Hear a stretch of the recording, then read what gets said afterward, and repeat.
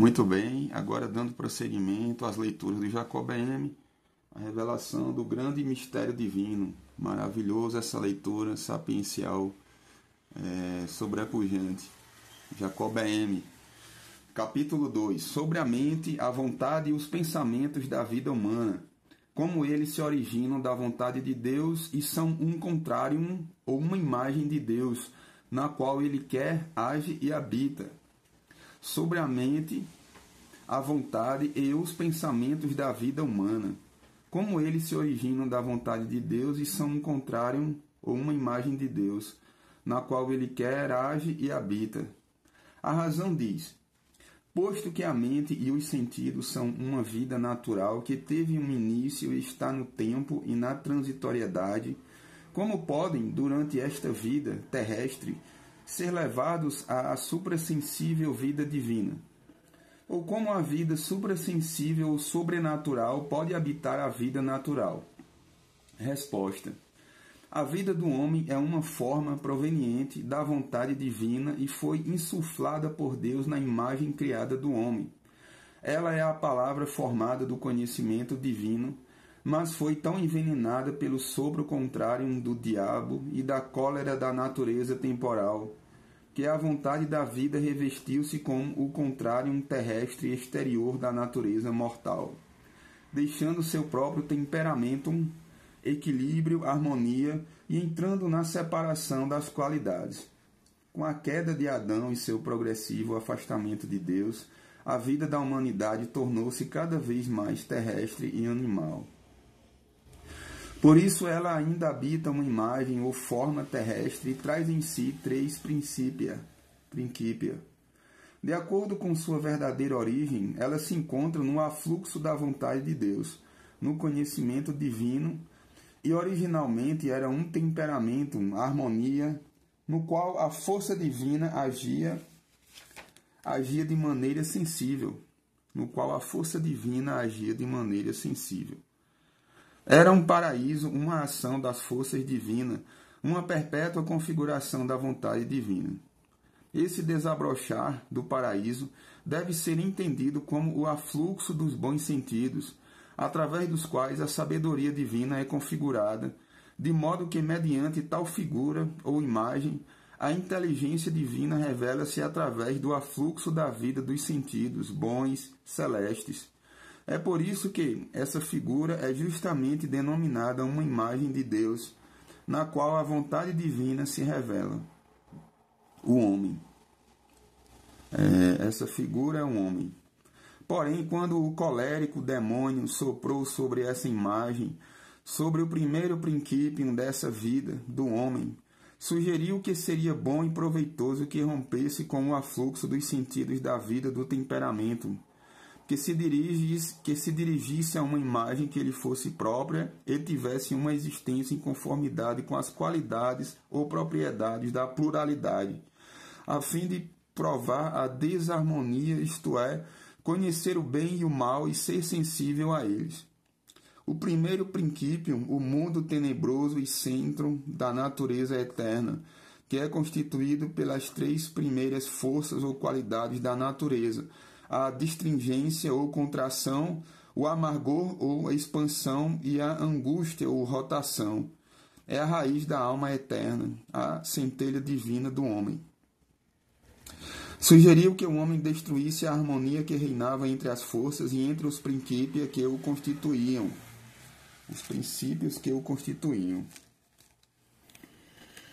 Então a vontade própria da vida do homem concordou com isso e conduziu os sentidos a um afluxo concupiscente. Estabeleceu-se um desejo próprio e apreendeu-se no egoísmo. Imediatamente o conhecimento da vida revelou-se nas propriedades ou qualidades múltiplas. A natureza material aprisionou a vida do homem na desarmonia e adquiriu seu domínio. Com isso, a vida do homem começou a sofrer e o fundamento divino interior da vontade e da natureza benignas extinguiu-se. Isto é, tornou-se inoperante para a criatura, pois a vontade da vida rompeu com esse fundamento e dirigiu-se à aperceptibilidade, foi da unidade à multiplicidade e lutou contra a unidade ou contra o repouso eterno e único bem. Quando isso ocorreu, o fundamento divino, o segundo princípio, no qual a força divina e a exalada vontade de Deus, a sabedoria de Deus, imprimiram-se na vida das imagens ou formas, como no contrário de Deus. Eclipsou-se na vontade falsa, pois a essência santa mergulhou na terrenidade, onde o mal e o bem estão em combate. O segundo principium, que em Deus é o mundo de luz, o mundo angélico, constituído pelas três últimas das 7 forças da natureza eterna, a luz, o som e a corporalidade. Tanto no homem original, Adão, como no homem renascido, é o Espírito eterno e o corpo de luz. Entenda isso. A eterna e insondável vontade da vida do homem original desviou-se do ens, ente ou essência, divino e desejou reinar no mal e no bem. Por isso, o segundo princípio, o reino de Deus, extinguiu-se para ela. No lugar dele revelou-se o terceiro princípio, o mundo material, fonte das estrelas e dos 4 elementos, e com isso o corpo do homem original tornou-se grosseiro e animal, e seus sentidos tornaram-se falsos e terrestres. Assim sua vida perdeu o temperamento, a harmonia eterna, e com seu desejo próprio tornou-se tenebrosa, angustiada, severa, dura e rude. Tornou-se pura inquietude e agora caminha sob um poder terrestre proveniente de um fundamento eterno. Procura repouso no que é frágil, nas coisas terrestres que perecem.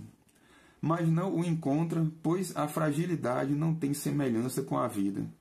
Por isso a vida do homem eleva-se neste mundo material e reina na força perecível das estrelas e dos elementos, como se fosse um deus da natureza material. É devido a tal abominável conduta que ela se tornou tola e louca, de modo que nessa imaginação, Bildung, terrestre e nessa autoelevação ela não pode conhecer seu próprio fundamento e seu estado original, onde está seu repouso eterno.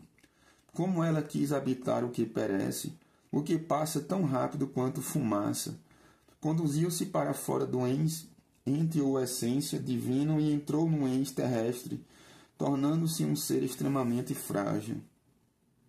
O mundo material. E quando aquilo que ela dominou por um breve tempo, o mundo material, se rompe ou perece, a vida subsiste no primeiro princípio, na contrariedade e nas trevas, e não passa de uma perpétua, inextinguível e dolorosa fonte de fogo, semelhante a todos os demônios. Reler a nota 32. No 4º tratado deste livro, Os Profundos Princípios de Jacob Boehme, os 3 princípia, os 3 mundos ou reinos e a queda do homem são explicados de maneira mais detalhada e compreensível. Jacob Boehme.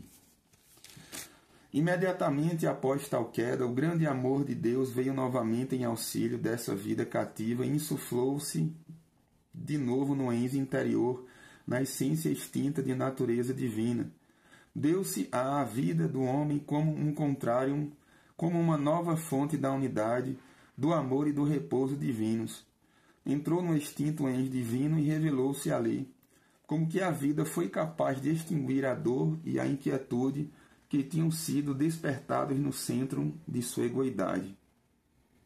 Além do mais, através do seu afluxo em Cristo, essa nova fonte da unidade e do amor divinos introduziu-se na verdadeira vida de todos os 3 princípios da natureza humana. Entrou no contrário dos sentidos, isto é, na natureza, na natural, criatural, desviada e configurada vontade da vida, assumiu a humanidade e rompeu o egoísmo e a vontade própria com o simples afluxo do amor de Deus, com o eterno um, conduzindo de novo a vontade da vida ao eterno um e ao temperamento. Com isso a vontade fora despertada pelo demônio. Com isso a vontade que fora despertada pelo demônio foi destruída e o sofrimento da vida levado ao verdadeiro repouso. O cativeiro foi explodido, isto é, a morte, e o paradisíaco florescimento divino com os sentidos e atos divinos restaurados.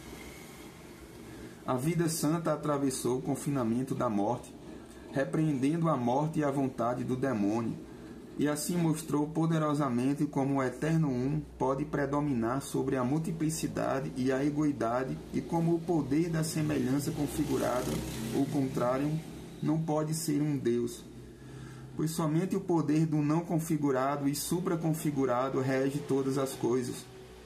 O que é configurado como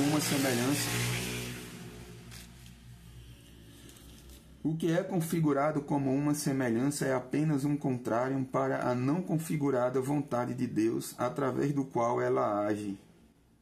No entanto, visto que o grande amor de Deus em Cristo veio à vida humana numa forma terrestre para ajudá-la e, na vida da humanidade de Cristo, estabeleceu para nós, pobres homens, uma porta aberta para a entrada da graça divina. Então a questão agora é a vontade da vida aprisionada nessa semelhança terrestre, abandonar de novo o terrestre, o ego e a vontade própria, imergir-se inteiramente nessa incorporada graça que, através de um só, penetrou em todos, alcançando até o primeiro homem. Romanos 5,18. Ela, a vontade, tem de tomar essa graça para si e, na virtude dessa possessão e dessa divina união, mergulhar com a resignada vontade da vida no suprassensível e supraformal Eterno Um, primeiro fundo do início da vida. Deve entregar-se de novo ao fundo, Grund, do qual a vida brotou, pois agindo assim entra de novo em seu lugar eterno, no temperamento, na verdadeira harmonia. A razão diz: como um homem pode fazer isso se a Escritura diz que o primeiro homem foi criado para a vida natural, a fim de dominar sobre todas as criaturas e seres deste mundo? 1 aos Coríntios 15, verso 45 e Gênesis 1, 28. Para isso, a vida não tem de inserir seu desejo na qualidade ou natureza terrestre? Resposta: a vida humana está assentada num contrário da vontade divina, no qual e através do qual Deus quer, e as criaturas terrestres estão assentadas num contrário da vida humana, no qual o homem deve querer. Todavia, unindo-se à vontade de Deus, a vontade do homem deveria governar toda a vida natural e criatural, pois deveria assentar-se não na essência animal, mas na divina. Embora a vida do homem tenha sido colocada na natureza, sua natureza era um temperamento e sua vida uma morada da vontade divina, para exercer esse domínio sobre as criaturas. Para isso, a vida não tem de inserir seu desejo na qualidade ou natureza terrestre, para exercer esse domínio sobre as criaturas. Um pouco mais acima: terrestre ou animal, terceiro principium, celeste ou angélica, segundo principium, e tenebrosa ou infernal, primeiro principium. No entanto, como durante este tempo a vida tem de residir numa essência terrestre e não pode libertar-se dela, o homem deve conhecer a natureza tripla de sua vida, conforme os três princípios, pois devido a ela a vida do homem pode lançar-se no ser suprassensível de Deus. A razão pergunta: como isso pode ser feito? Cristo diz: sem mim nada podeis fazer. João 15, versículo 5. Sem mim nada podeis fazer. Homem nenhum pode atingir o supremo fundamento por sua própria habilidade ou poder. Para fazê-lo, tem de mergulhar no fundamento mais interior do primeiro princípio, envolvido na graça incorporada e em conformidade com tal fundamento, permanecer quieto em seu próprio ser. Tem então de confiar em Deus e entregar-se inteiramente à vontade dele, de maneira que sua vontade própria não mais queira falar conforme seu próprio fundamento, mas somente conforme o que Deus falar e quiser através desse fundamento. Assim estará a caminho da mais elevada meta. Se fosse capaz de permanecer quieto para sua vontade própria e para sua palavra interior por 1 hora ou até menos, a vontade divina falaria nele. Deus apreenderia em si sua vontade e falaria no interior da criada, natural e externa vida da razão, iluminando a imaginação terrestre e dissolvendo a vontade da razão. Com isso, as suprassensíveis vida e vontade divinas imediatamente floresceriam no centro da vontade da razão.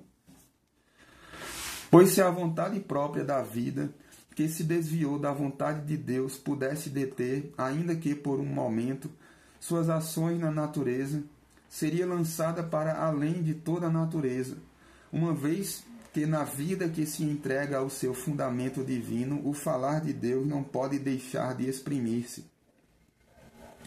Pois se a vida fica quieta para sua vontade própria, então está no abismo da natureza e da criatura, no eterno falar de Deus, e ele fala nela.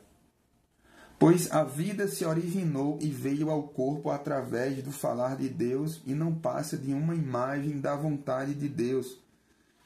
Então, se sua imaginação e vontade próprias se calam,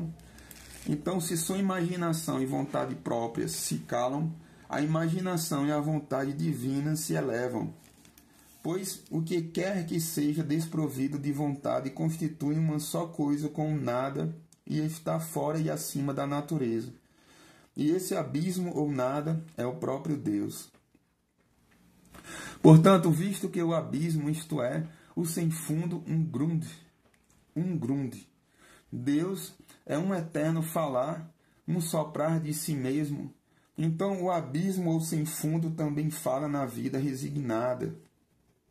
Isto é, na vida que entregou sua vontade à vontade de Deus. O sopro do sem fundo fala através do imóvel fundo, grund, da vida. A vida elevou-se a partir do sopro divino e é uma semelhança dele, por isso uma semelhança apreende a outra. É possível entender isso tomando como base os pensamentos. Eles também são um afluxo do sopro da mente, como a mente é um afluxo e contrário da mente divina, do conhecimento divino.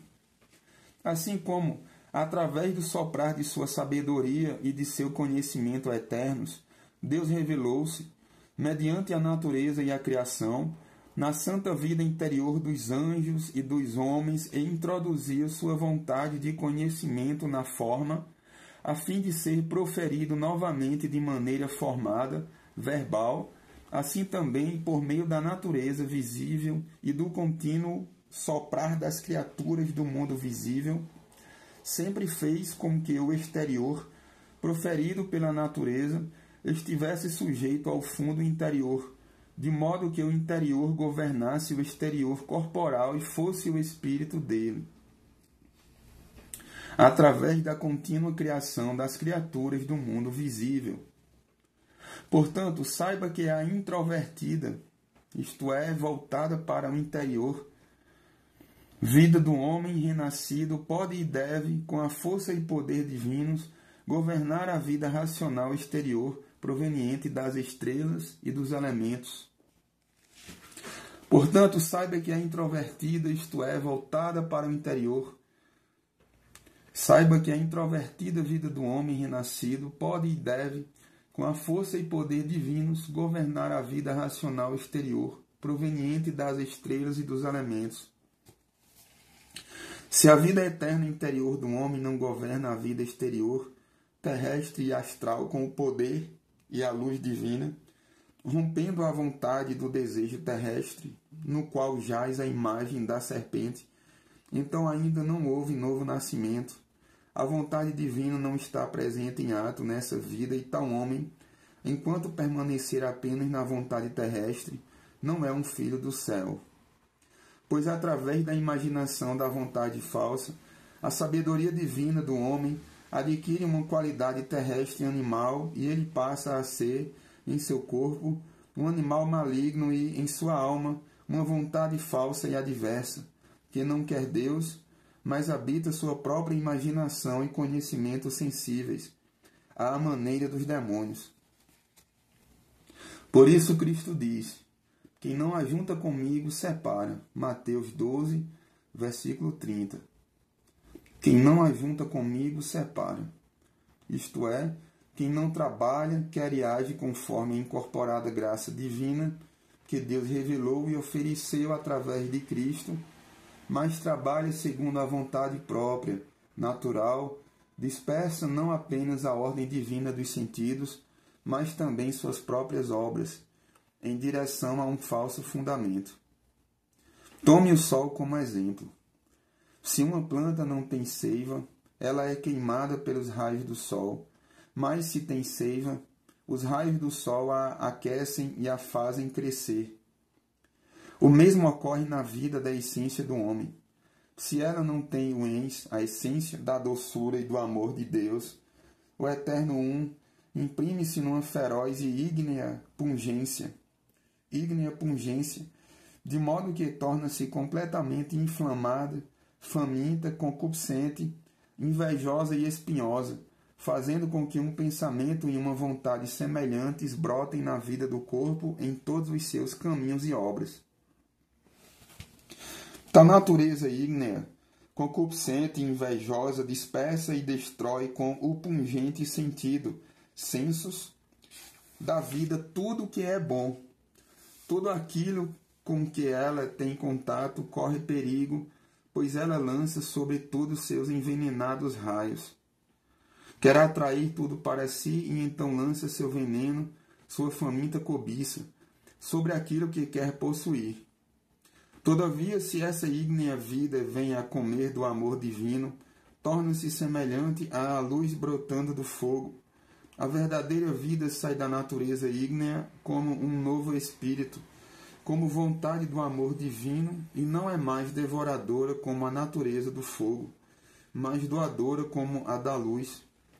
Pois a vontade do amor doa-se a si mesma, como a luz emanada do fogo doa-se a todas as coisas e produz algo de bom em tudo. Se o sol não mais brilhasse nas profundezas deste mundo, o Spiritus Mundi ou espírito do grande mundo é a força proveniente do sol e das estrelas.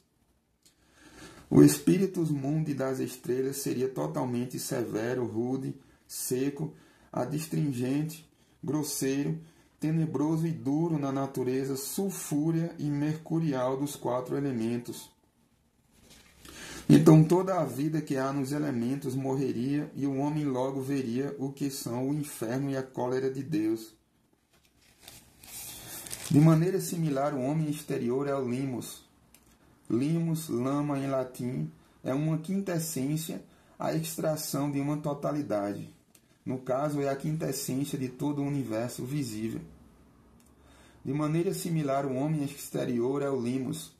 O homem exterior é o limos do mundo exterior elemental e sua vida tira a subsistência da força do sol e das estrelas cujo corpo, assim como o da terra, é uma coagulação do Spiritus Mundi. Se o alimento do homem exterior não tivesse em seu interior a luz e o amor da força do sol, ele se tornaria completamente mau, ígneo e mortal, e sua vida exterior se extinguiria. De maneira similar, a alma é o limos do mundo espiritual interior, proveniente do Mysterium Magnum, isto é, do afluxo e do contrário da força e do conhecimento divino, e tem de receber a essência do amor por alimento. Se não o recebe, separa-se do sem fundo, isto é, da resignação ou renúncia, e torna-se pungente, ígnea, tenebrosa, rude, invejosa, hostil, rebelde e completamente inquieta. Entra numa fonte ou principium mortal e irada, que é sua danação e morte. Foi justamente isso que ocorreu com o demônio e é o que ocorre com todos os homens maus. Todavia, se tal fonte ígnea da alma consegue alcançar e receber de novo em si o amor divino, isto é, a luz essencial de Deus, então transforma-se num reino de alegria e de louvor a Deus. o que não é possível sem a mudança da vontade, isto é, sem que ela detenha o seu querer próprio e seu egoísmo. Pois assim como numa dura pedra a luz do sol não pode agir como nas ervas e nas árvores, uma vez que na pedra a água está coagulada numa dura contração. Assim também a doçura divina não age na falsa vontade própria da alma, pois sua natureza é constituída de uma ígnea cobiça e uma pungente inveja, correspondentes às duas primeiras propriedades que compõem a alma, a distringência, cobiça, e o amargor, a inveja. Por isso Cristo diz com justeza: o homem que não comer este pão que desceu do céu para dar vida ao mundo, não tem vida em si. João, capítulo 6, versículos 50 a 58. O homem que não comer este pão que desceu do céu para dar vida ao mundo, não tem vida em si. Ele se refere aqui ao amor essencial que Deus revelou nele próprio, Jesus Cristo, como uma nova fonte para o refrigério da pobre alma ressecada. A alma que não come dele não pode alcançar a luz divina e está privada da vida divina, uma vez que ele se autodenomina a luz do mundo. João 8,12. A luz do mundo. Os salmos dizem: aos justos nasce luz nas trevas. Salmo 112, 4, versículo 4. Aos justos nasce luz nas trevas. Aos justos nasce luz nas trevas. Salmo 112, versículo 4.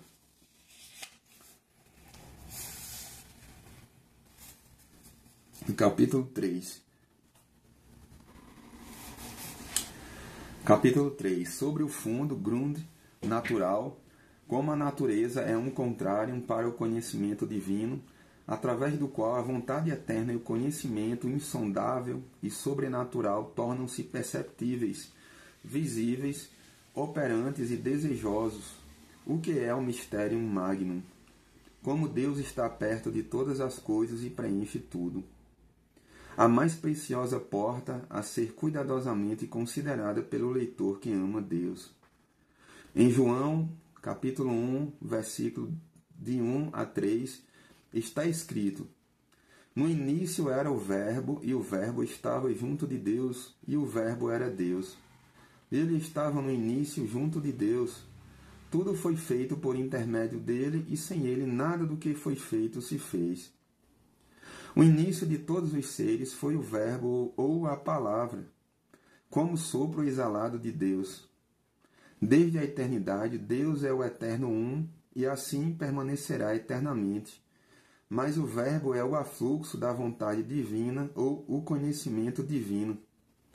Pois assim como os pensamentos afluem da mente e esta não perde sua unidade, assim também ocorre com o eterno um no afluxo da vontade.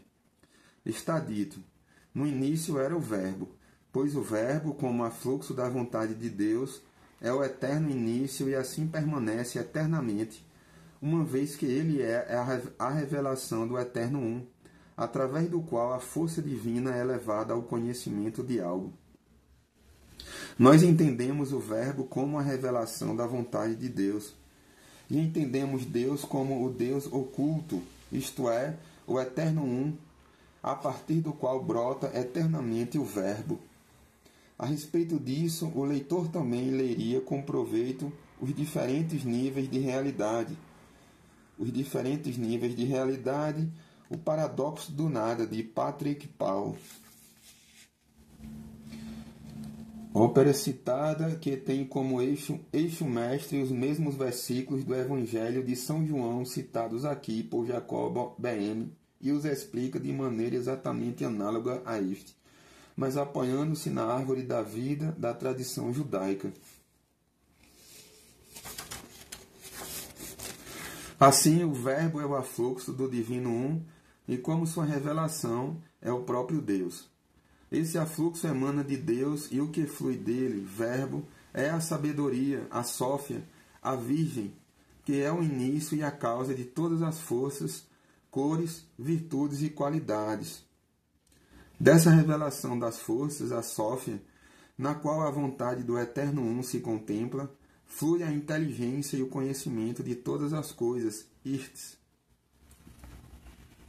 O conhecimento das ideias ou imagens arquetípicas de todas as coisas. Como mediante a sabedoria o Eterno Um contempla-se em algo, toma-se de um desejo pela manifestação de sua imagem e semelhança. Isto é, deseja que as ideias e imagens que, com a inteligência binar, ele contempla na sabedoria, Roquimar, venham para a existência concreta através do conhecimento, da arte, que é análogo ao Mysterium Magnum, com a ressalva de que aqui a palavra concreta não quer dizer material, mas dotada de uma corporalidade angélica e celestial. Dotada de uma corporalidade angélica e celestial. Essa semelhança é o Mysterium Magnum, isto é, o Criador de todos os seres e criaturas, pois ele é o separator no afluxo da vontade. É o que torna divisível a vontade do Eterno Um.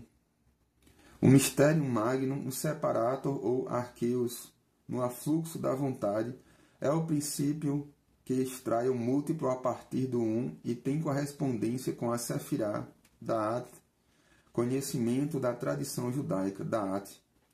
Sobre o separator, ver também o versículo 17 deste capítulo.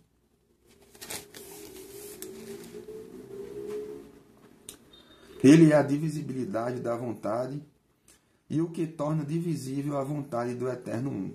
Essa semelhança é o Mysterium Magnum, isto é, o Criador de todos os seres e criaturas, pois ele é o separator no afluxo da vontade, é o que torna divisível a vontade do Eterno Um.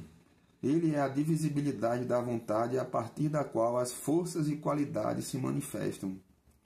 Essas forças, por sua vez, também são um afluxo de si mesmas, no qual cada uma delas se conduz a uma vontade individual, conforme suas diferentes virtudes. O Mysterium Magnum Separator. Advém daí a multiplicidade das vontades, como também a vida criatural da eternidade, isto é, os anjos e as almas. No entanto, não é correto qualificar o Mysterium Magnum de natureza ou criação, mas de formação do Verbo e da vontade divinos, por meio da qual o Espírito de Deus brincou consigo mesmo nas forças da sabedoria como num contrário.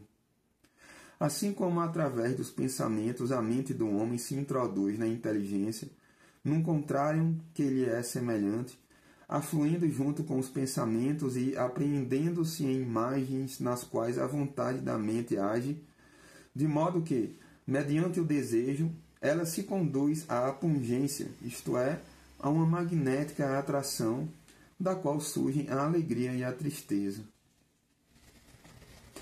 Assim também no que diz respeito à perceptibilidade da mente eterna, devemos entender que através do Verbo, o afluxo da vontade una de Deus introduziu-se na divisibilidade e esta na possessividade, na cobiça e no desejo de sua própria autorrevelação, passando assim da unidade à multiplicidade.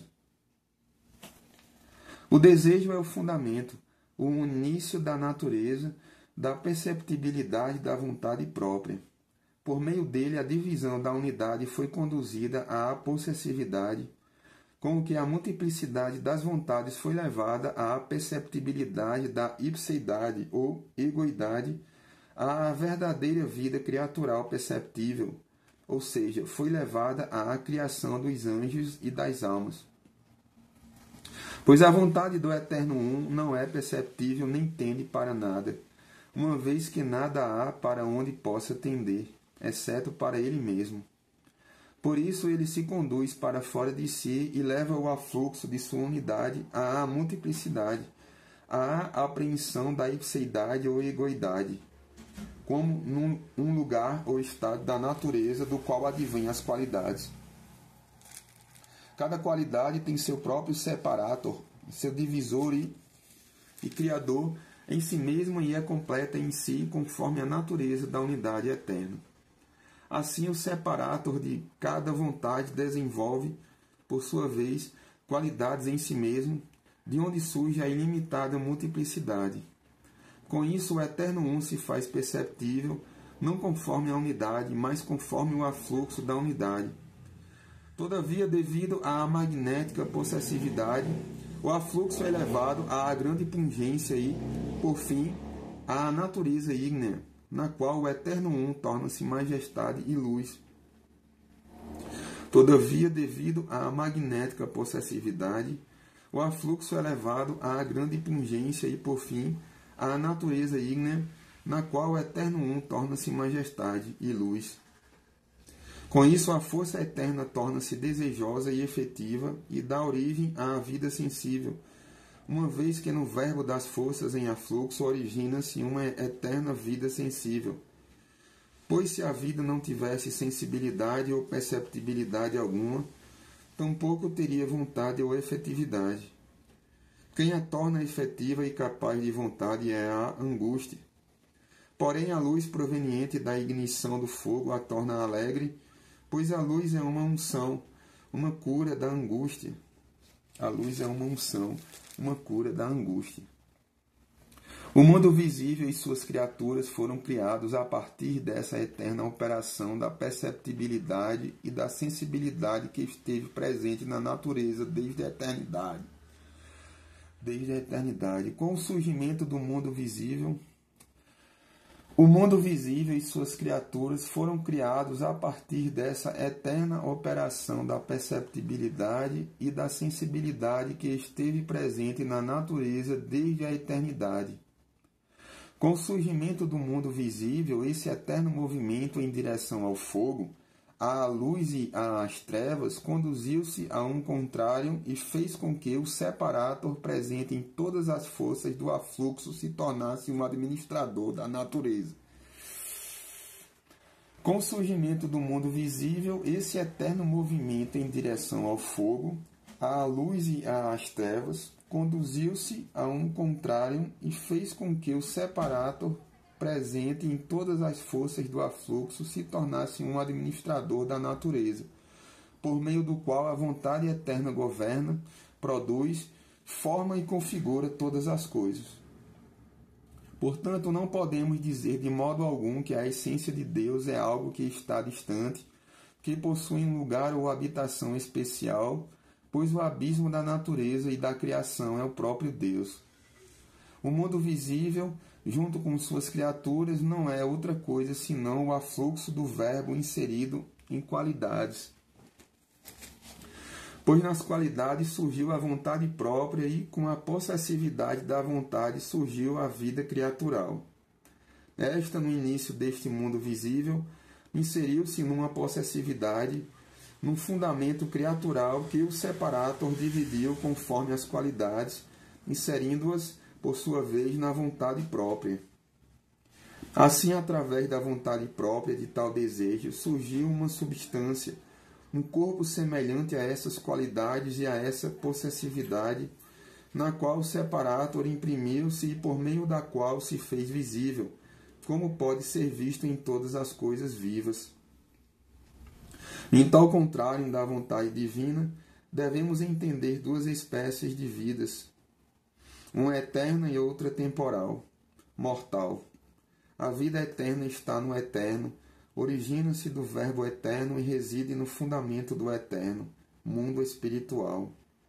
Fundamento esse que é o mistério magnum, o contrário divino. Ela é a vida intelectiva que está no fundamento do fogo e da luz eternos. O fundo Grund mais interior é uma centelha da vontade divina que emanou do sopro de Deus e está de tal modo unida ao verbo que só quer o que a vontade una de Deus quer através de tal emanação. Tal fundo mais interior é análogo a Neshama, a alma espiritual e eterna da tradição judaica. Neshama. Tal fundo nada mais é que uma morada da vontade divina, através do qual ela se revela. Ele não é uma vontade particular, mas apenas um instrumento da vontade divina, mediante o qual ela realiza suas maravilhosas obras. Ele é o separator da vontade divina, um instrumento de Deus, no qual sua vontade formou o miraculoso obreiro da onipotência e da glória, e mediante o qual ele domina todas as coisas. Por isso, a inteligência divina também lhe foi concedida.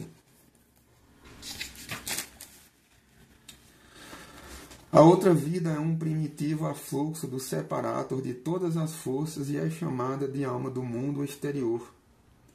É a anima mundi, da terminologia de BM e Paracelso, análoga à Ruá, a alma astral ou psíquica e perecível, da tradição judaica, Ruá, que é a alma do mundo visível e a raiz do spiritus mundi. Esta vida torna-se criatural por meio do afluxo das qualidades e é uma vida de todas as criaturas do mundo visível, através da qual o separator ou o criador deste mundo configura-se e produz uma imagem do mundo espiritual, na qual a força do mundo espiritual forma-se, configura-se e vê a si mesma. Pois o mundo espiritual de fogo, luz e trevas está oculto no mundo visível, elemental e age através dele. Com seu afluxo e por meio do separator, imprime-se em tudo, conforme a espécie e a qualidade de cada coisa. Como cada coisa pertence a uma espécie e a uma qualidade específicas, cada uma recebe sua força do separator a partir da força espiritual interior. Não que o visível se aproprie da força do invisível, de modo que o exterior visível seja mudado no interior invisível espiritual. Não é assim. A força das plantas, árvores e metais configura-se da mesma maneira que a força interior, pois seu espírito exterior é apenas um instrumento do espírito interior ou da força interior que se imprime no espírito exterior. Nas forças das coisas que crescem há 3 tipos diferentes de espíritos em distintos centra, mas em um só corpo. O primeiro, o exterior, o espírito dos elementos, é o rude espírito do enxofre, do sal e do mercúrio, que é uma essência dos 4 elementos ou das estrelas, conforme a qualidade da rudeza. O espírito dos elementos é análogo ao que a tradição judaica chama de nefesh, a alma vital ou elemental. Ele forma o corpo e imprime-se numa substância. Atrai para si tanto o espírito interior a partir do separator espiritual, como também os elementos a partir do exterior, e coagula-se com eles. Assim, o separator determina a assinatura ou signatura de cada coisa, pois forma o corpus visível conforme a qualidade da grande força do spiritus mundi, que predominar no momento, isto é, conforme se apresentar no momento da formação do corpo a configuração das estrelas, dos planetas e dos elementos. O segundo espírito, que tem seu próprio centro, é encontrado no óleo do enxofre, que é chamado quintessência, isto é, uma raiz dos 4 elementos. Este espírito é a brandura e a alegria do rude e angustiado espíritos do enxofre e do sal. Ele extrai seu alimento, em primeiro lugar, do interior, da luz da natureza, do afluxo da doçura espiritual, dos espirituais fogo e luz interiores e, em segundo lugar, do exterior, do sol e da força sutil do Spiritus Mundi. Ele é a verdadeira causa do crescimento da vida, uma alegria da natureza, como o sol é para os 4 elementos. O terceiro espírito é a tintura, um contrário do mistério magnum divino, no qual todas as forças estão em equilíbrio. Por isso ele é corretamente denominado paraíso ou alegria divina, uma morada da força divina, uma morada da alma eterna, da qual brotam todas as forças exteriores, de maneira semelhante àquela do ar surgindo do fogo. Pois a tintura nada mais é que um fogo e uma luz espirituais, que nela constituem uma só e única essência. A tintura é a virtude do fogo e da luz eternos em perfeito equilíbrio, temperamento e comunhão.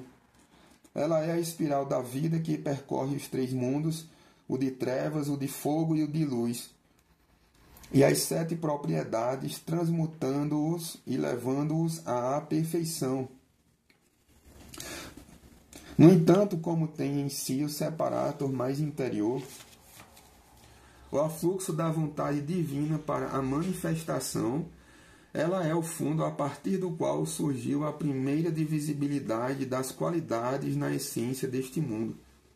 A tintura subsiste eternamente de acordo com suas qualidades, pois sua origem é a santa força de Deus. Ela tem seu próprio centro, que é o fundamento mais interior da criatura, mas está oculto para a criatura mortal, pois quando de sua queda, o homem dirigiu contra ele um desejo falso, de onde decorreu a maldição da terra. No entanto, em seu próprio centro, esse elevado e santo fundamento, a tintura, penetra toda a existência deste mundo material e verte-se nas formas exteriores, como o sol verte-se nos elementos. Não obstante, a criatura não pode tocar o centro dessa força, a menos que isso ocorra com a permissão divina, como ocorre no novo nascimento. O novo nascimento ocorre quando a alma imortal do homem se revela para ele devido à abertura em sua mente da verdadeira inteligência, que lhe permite contemplar e compreender os mistérios divinos. Este versículo e o 5º tratado do presente livro, sobre a analogia entre a obra filosofal e o processo da redenção do homem através de Jesus Cristo, esclarecem-se mutuamente. Este versículo e o 5º tratado do presente livro, sobre a analogia entre a obra filosofal e o processo da redenção do homem através de Jesus Cristo, esclarecem-se mutuamente. Isso pode ser visto. A tintura subsiste eternamente de acordo com suas qualidades, pois sua origem é a santa força de Deus. Ela tem seu próprio centro, que é o fundamento mais interior da criatura, mas está oculto para a criatura mortal, pois quando de sua queda, o homem dirigiu-se contra ele um desejo falso, de onde decorreu a maldição da terra. No entanto, em seu próprio centro, esse elevado e santo fundamento, a tintura, penetra toda a existência deste mundo material e verte-se nas forças exteriores, como o sol verte-se nos elementos. Não obstante, a criatura não pode tocar o centro dessa força, a menos que isso ocorra com a permissão divina, como ocorre no novo nascimento. Isso pode ser visto em todas as coisas que vivem e crescem. Tudo subsiste nesses 3 princípios. Temos um exemplo disso numa planta que extrai seu alimento debaixo da terra e do alto do sol e das estrelas, com que o espírito da terra, o espírito dos elementos, mescla-se com o espírito exterior, o spiritus mundi. Quando a planta brota, isto se dá sob essa influência inferior e superior, que se revela exteriormente na forma e imagem da planta. Assim, o separator exterior no enxofre, no sal e no mercúrio, imprime-se na planta, pois ele é seu movimento e sensação, por meio da qual ele se faz corporal. Assim, quando vejo uma planta, posso dizer veridicamente: esta é uma imagem do espírito da terra, do espírito dos elementos, no qual as forças superiores do espírito mundi se regozijam, pois a consideram como sua filha. Assim, o espírito da terra constitui-se num único ser com as forças exteriores e superiores astrais, de modo que, quando a planta floresce, isso se deve ao espírito oleoso que imprime-se ali com belas cores. Já o terceiro fundo, a tintura, assina-se ali através do doce aroma. O afluxo da vontade divina, o spiraculum vitae. Spiráculum vitae.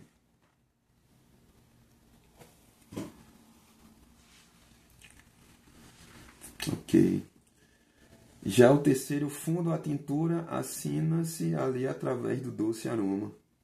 Com isso, depreende-se que o espírito interior, a tintura, oculto nos elementos, revela-se ali e também participa da formação do fruto, pois se a oculta força do afluxo divino não se revelasse na planta, a terra sozinha não produziria tal aroma, tais cores nem tais virtudes. O mesmo pode ser observado nos metais, que exteriormente têm um grosseiro corpus de enxofre, mercúrio e sal. Isto é, são apenas um corpo do espírito dos elementos, no qual reside seu crescimento, mas em seu fundamento interior tem um belo corpus transparente, no qual a luz ideal da natureza resplandece a partir do afluxo divino. São um corpo da tintura ou do afluxo da vontade divina. Esse resplendor deve ser entendido como sendo a tintura, a grande força através da qual a força oculta se faz visível. Não se pode dizer que essa força interior e oculta, nem a força do florescimento sejam elementais. Os elementos são apenas a morada e o contrário da força interior. São uma causa do movimento da tintura. As forças saem da tintura através do movimento do grosseiro espírito dos elementos, mediante o qual são conduzidas à perceptibilidade, isto é, ao sabor e ao odor.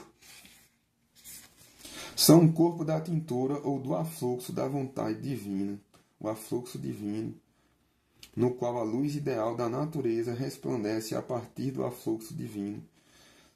São um corpo da tintura ou do afluxo da vontade divina. O odor nada mais é do que uma emanação da tintura, através da qual o afluxo da força divina se revela e assume a perceptibilidade. A pungência, o movimento expansivo do odor é, de fato, elemental, mas a verdadeira força e virtude da pungência do odor é a tintura, pois o mais elevado fundamento de uma coisa não é o movimento da sua força, mas aquilo de onde provém a causa do movimento. Os médicos empregam plantas aromáticas em seus remédios, mas não é o aroma ou a pungência do aroma que cura a enfermidade do paciente. A cura provém daquilo que se origina o aroma, a saber, da tintura que se exprime no aroma. Cristo ordenou à figueira que secasse. Mateus 21, capítulo 21, do versículo 19 ao 22. No entanto, ela secou não devido à força da palavra audível ou do som humano exterior, mas devido à força que proveio daquilo de onde a palavra saiu. No contrário, se o som humano exterior tivesse feito isso, outros homens também poderiam fazer o mesmo.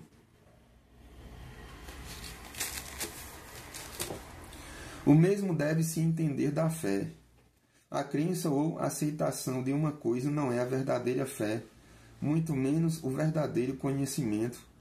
A fé é aquilo de onde provém a crença, a revelação do Espírito de Deus no fundamento interior da alma.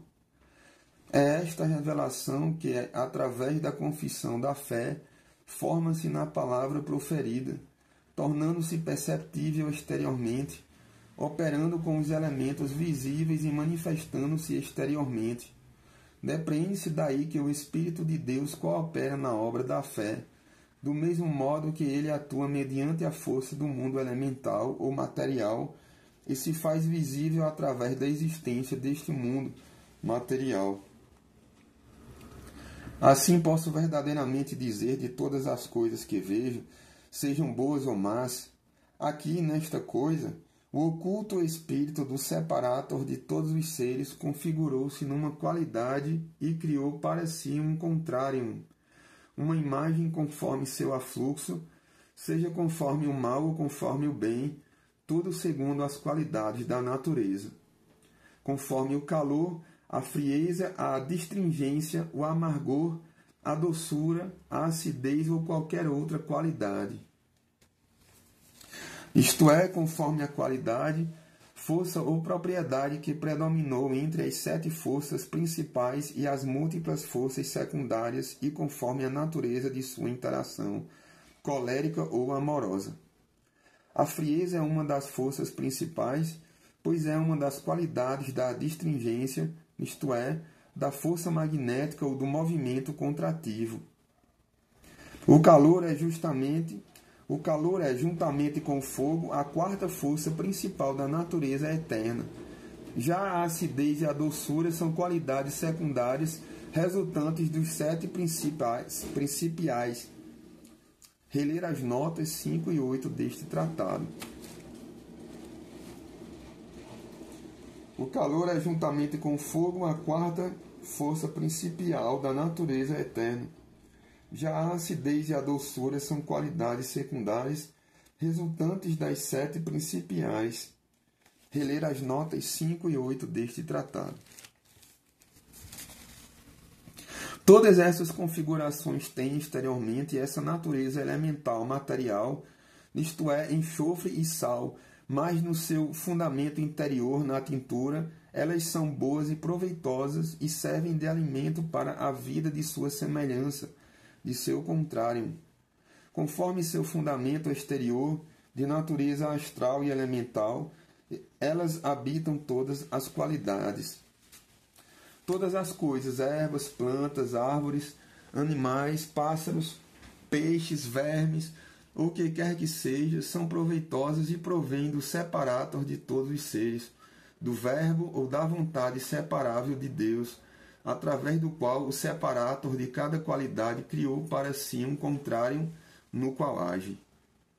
Pois este mundo visível, com todas as coisas e seres que ele contém, nada mais é do que uma representação objetiva do mundo espiritual, que está oculto neste mundo material elemental, como a tintura está oculta nas plantas e metais.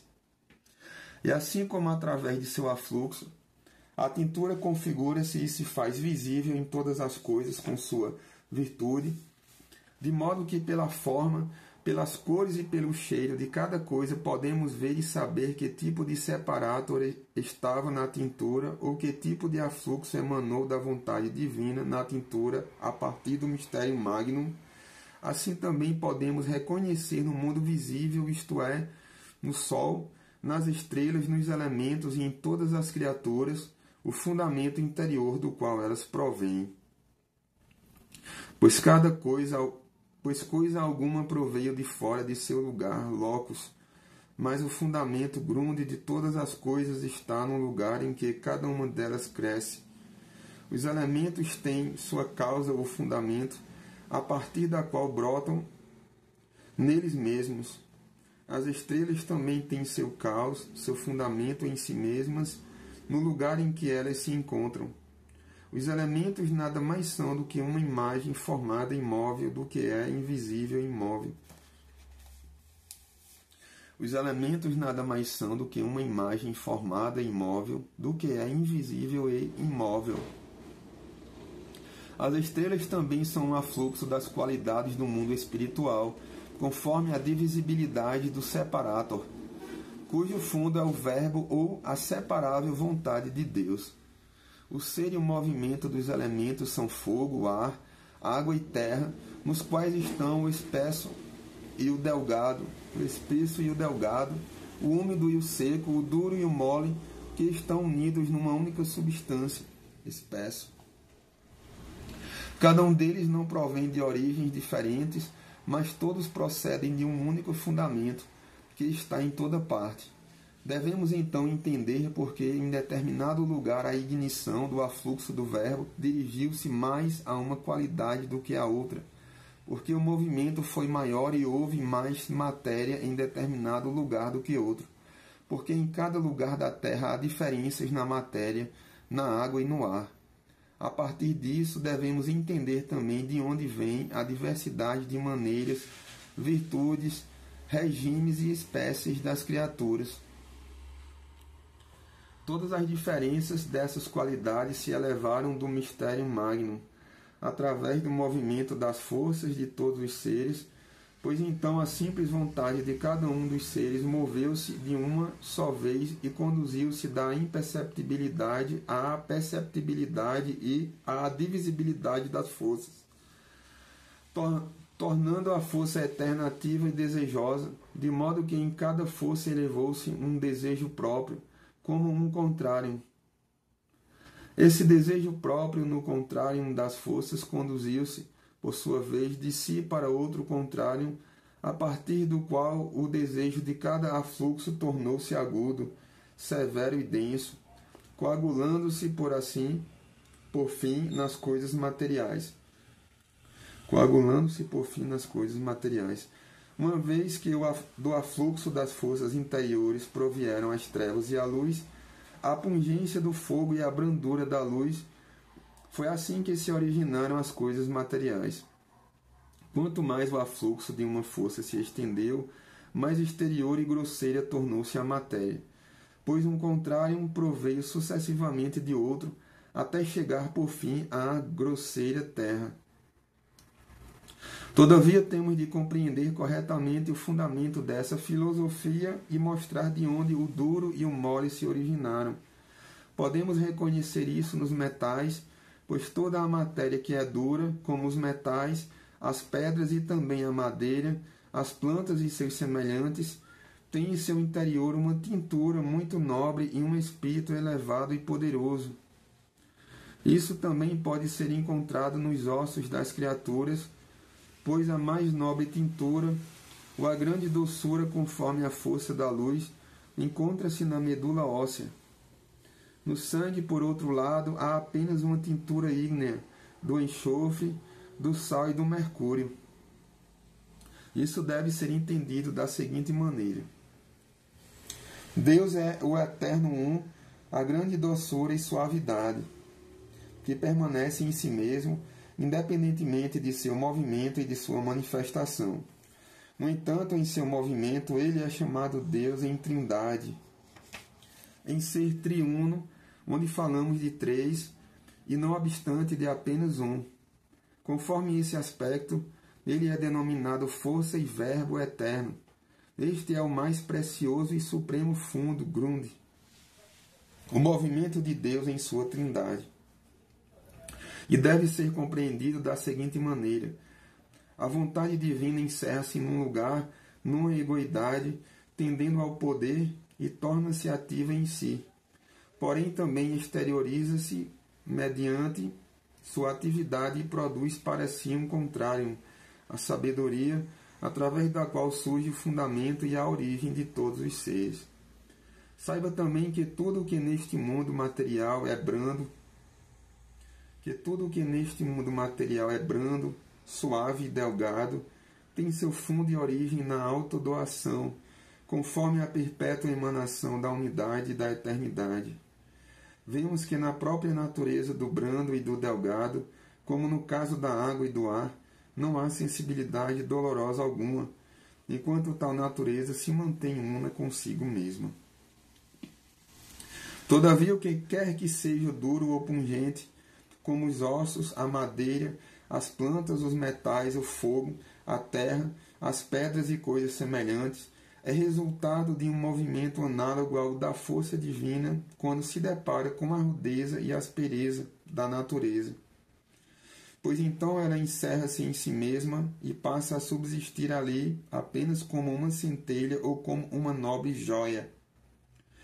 Portanto, tais coisas são duras ou ígneas porque têm seu fundo no encerramento divino que ocorre quando o Eterno Um, ao introduzir-se continuamente no fundo, Grund, da triplicidade para suscitar o movimento das forças, torna a se fechar de novo diante do afluxo da vontade própria da natureza, a fim de poder operar através da natureza com a força da unidade. É isso que deve ser entendido em relação à nobre tintura. Ela é mais nobre onde está mais encerrada na dureza, pois lá a mobilidade da unidade foi apreendida e tornou-se perceptível na divisibilidade. Já no delgado e rarefeito, não se encerrou em tal divisibilidade perceptível, de modo que ela é semelhante em todas as coisas dotadas dessa natureza. O que pode ser visto na água e no ar, que estão presentes em tudo e onde quer que estejam, são semelhantes. No entanto, a água seca é a verdadeira pedra fundamental, em cujo centro está a força sutil da operação da unidade. Para os nossos, os que são dignos de receber isso, sugerimos que não busquem o mistério apenas no interior do brando, separadamente da natureza ígnea. Entenda esse mistério da seguinte maneira: o brando e delgado ou rarefeito provém do afluxo da unidade do mistério magnum, e é o que está mais perto da unidade. Mas, por outro lado, o mais nobre fundamento, grund, da revelação divina se encontra na força e operação da ígnea dureza, pois esta é uma seca unidade ou um temperamento, harmonia, onde a divisibilidade de todas as forças volta a ser encontrada, pois onde estas não habitam a unidade de uma vontade, a vontade é dividida. No interior das coisas não há força maior do que essa, que há na ígnea dureza. Os médicos deveriam saber disso e não mais considerar o grosseiro espírito de forte aroma como o verdadeiro bálsamo, pois embora nele a tintura esteja de fato presente, é excessivamente imóvel e volátil. O espírito ou a poderosa essência espiritual que há no aroma tem de ser levada ao temperamento, à unidade. E não deve se evolar dali. Então é possível tentar curar o paciente dando-lhe sal junto com a pungência do fogo ou o espírito com a alma. Devido à grande alegria que as qualidades da alma de tal bálsamo experimentam, elas se separam umas das outras, passam a ter vontades muito contrárias e cada uma das qualidades se entrega separadamente. Por isso não aplacam a inimizade nem unificam as divisões da vida, mas exacerbam-nas ainda mais. Portanto, encerra-as e as unifica, fazendo com que todas tenham uma única vontade no amor, e então terás a pérola do mundo inteiro. Pois, do contrário, quando elas são incitadas à cólera, são responsáveis pelo orgulho e pela luta que podem ser encontrados em todas as coisas. A única coisa que pode confortar um prisioneiro é a esperança da sua libertação. Se ele dirige sua vontade para a esperança e acalma-se com a paciência, sua inquietude acaba por pacificar-se e por transformar-se num temperamento, numa harmonia, de modo que por meio da esperança ele aprende a humildade. Então, se alguém lhe fala a respeito de sua libertação, ele se rejubila. Portanto, ó médico, observe isso.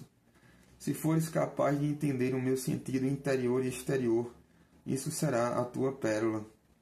O interior que diz respeito à tua própria regeneração interior, e o exterior que corresponde à elaboração dos medicamentos a serem administrados a teus pacientes.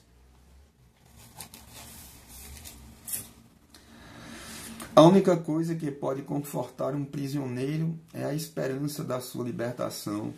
Se ele dirige sua vontade para a esperança e acalma-se com a paciência, sua inquietude acaba por pacificar-se e por transformar-se num temperamento, numa harmonia, de modo que por meio da esperança ele aprende a humildade.